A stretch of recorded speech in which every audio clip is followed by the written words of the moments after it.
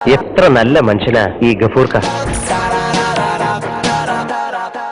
Solar case തീർന്നപ്പോ സ്വർണ്ണക്കടുത്ത് കേസാണ് ഇപ്പം പത്രത്തില് മുഴുവൻ. എന്താ ചെയ്യാ? മുഖ്യമന്ത്രിന്റെ പങ്ക് അന്വേഷിക്കണമെന്ന് ഏതോ ഒരു മന്ത്രി പത്രത്തിൽ പറയുന്നത് കേട്ടു. അല്ല, അതിന് മുഖ്യമന്ത്രിയോ? ആണെന്ന്. ഈ പ്രതിന്റെ ഫോണില് മുഖ്യമന്ത്രിന്റെ ഓഫീസ് നമ്പർ ഉണ്ടായിരുന്നു പോലെ.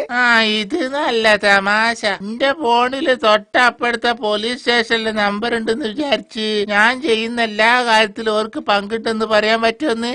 ഉമ്മച്ചിയെ എന്തേലും മോനെ, ചങ്ങായിമാരെ കൂടെ ഒന്ന് സർക്കിട്ടൊന്നും പോയില്ലെങ്കിൽ പോണോന്ന് വിചാരിച്ചാ. പക്ഷെ വൈകുന്നേരം ആകുമ്പോഴേക്ക് പള്ളേന്റെ അകത്തുനിന്ന് വല്ലാത്തൊരു ഇടങ്ങേറ്. അല്ല, എന്റെ സുക്കൂറിന് എന്ത് പറ്റി റബ്ബേ?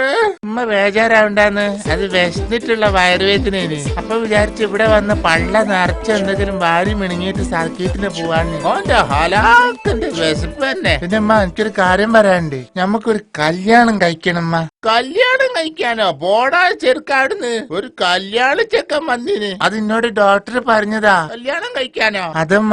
ഏത് ഡോക്ടറാണ് ഇത്തരം വലിയ വിവരക്കാട് എന്നോട് പറഞ്ഞത്? അത് പോട്ടെ, ഇനിയിപ്പൊ എന്തിനേലും ഡോക്ടറെ അടുത്ത് പോയേ? എനിക്ക് കൊറേ കാലം ജീവിക്കണമെന്നൊരാഗ്രഹമുണ്ട്. അപ്പൊ ആയുസ് വർദ്ധിപ്പിക്കാൻ വല്ല മരുന്നുണ്ടോന്ന് അറിയാൻ വേണ്ടി ഡോക്ടറെ അടുത്ത് പോയത്. അന്നേരം ഡോക്ടർ പറഞ്ഞ് കല്യാണം കഴിച്ചാ മതിയെന്ന്. കല്യാണം കഴിച്ചാ ആയുസ് കൂടുമെന്ന് ഡോക്ടർ പറഞ്ഞടാ. കല്യാണം കഴിച്ചാ ദീർഘായുസ് ഉണ്ടാവുമെന്ന് ഡോക്ടറോട് ഞാൻ ചോദിക്കുകയും ചെയ്തു. അപ്പൊ ഡോക്ടർ പറയാ, കല്യാണം കഴിച്ചാ ദീർഘായുസ് ഉണ്ടാവില്ല, പക്ഷെ ദീർഘായുസ് വേണമെന്നുള്ള ചിന്ത തന്നെ മാറി കിട്ടുമെന്ന്. ശരിയമ്മ? അല്ലോ, ഇവൻ ഗഫൂർ ഖാന്റെ മോൻ തന്നെ.